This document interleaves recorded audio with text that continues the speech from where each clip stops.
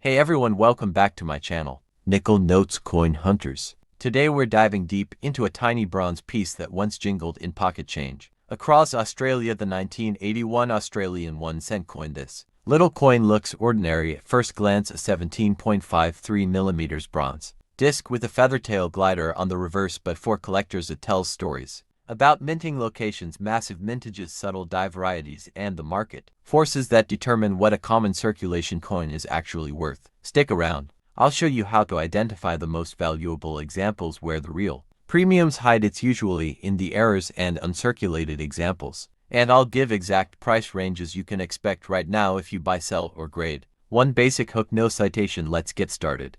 Let's start with the design. The reverse, the iconic little feathertail glider, was the work of Dr. Stuart Devlin, the Australian goldsmith and sculptor who designed Australia's decimal coin reverses in the 1960s. The obverse shows the effigy of Queen Elizabeth II used that year, the small portrait used on circulating coins. Devlin's glider is tiny and intricate, and learning to spot his initials and small details on the tail and whiskers helps you identify die wear and certain varieties. Devlin's role and reputation make the design historically important for Australian numismatics, even when the coins themselves are common. What is the coin made of and how big is it? The 1981 1-1 is a small bronze round, roughly 17.53 2000 in diameter and about 2.59 grams in mass, struck from a bronze alloy commonly listed as approximately 97% copper, 2.5% zinc, and 0.5% nickel in many listings. Those metal percentages matter a little for intrinsic base metal value, but far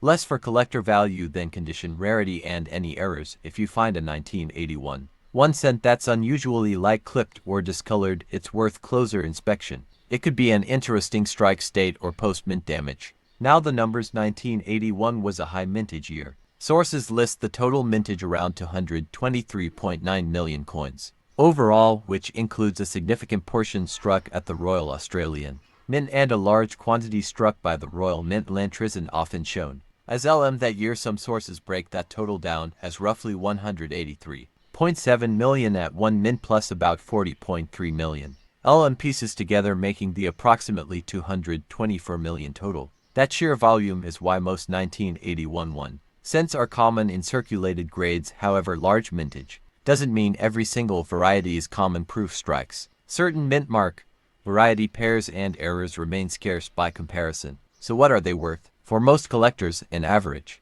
circulated 1981 1 cent is worth about face value to a couple of dollars in online marketplaces. Common OXF pieces often sell for a few dollars as lot fillers. Uncirculated mint state examples command higher prices. Raw MS60 MS63 examples might be a few dollars to the low tens, while certified MS65 examples can fetch noticeably more depending on demand. Proof and specially struck pieces, for example, proof sets from 1981 are far scarcer and can sell for significantly higher prices. Marketplace listings and price guides show a wide spread depending on grade and seller, so expect a large but realistic gap between common change and collectible grades, where the money actually is error coins and unusual varieties. For 1981 and surrounding years, the premiums come from things like off-center strikes, double dies, brockages, broad strikes, or other minting anomalies. Even small die cracks or no SD missing Stuart Devlin initials varieties can attract interest from specialists. Error premiums range wildly. Modest errors might add $20, $100 to value, while dramatic off-center strikes or major double dies could push examples into the hundreds. Keep in mind, grading slabbed errors from reputable services bring the best prices, but you must be realistic. A tiny die crack that you think is rare might be a common minor strike issue and not command a big premium. Let me walk you through inspection. Always view coins under good light and 10x magnification. Check the gliders, whiskers, the SD initials, and the fields around the date for doubling or die breaks. Compare the obverse portrait and the thickness of the rim to known reference photos. Subtle differences can indicate different mint punches or wear patterns. For supposed errors, take multiple high-resolution photos. Note exact measurements, weight, and diameter, and compare them to catalog specs. Then consult online forums or error specialist dealers. If you plan to sell or grade, photograph both sides against a neutral background and include a close-up of any anomaly.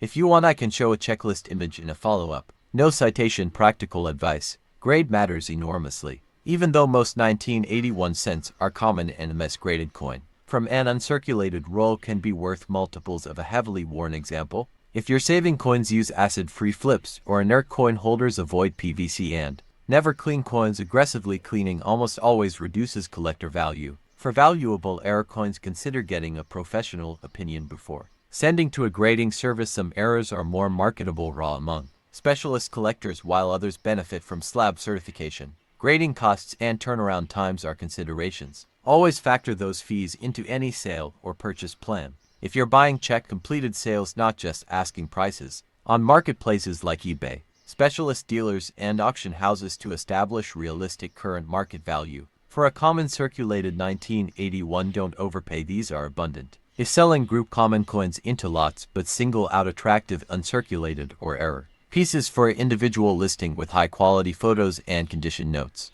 Local coin shops can give instant cash, but usually at a lower price than online sales. Auction houses and specialist dealers may reach premium buyers for rare errors and high grades. Remember, provenance certification and condition photos are your best tools to fetch top dollar.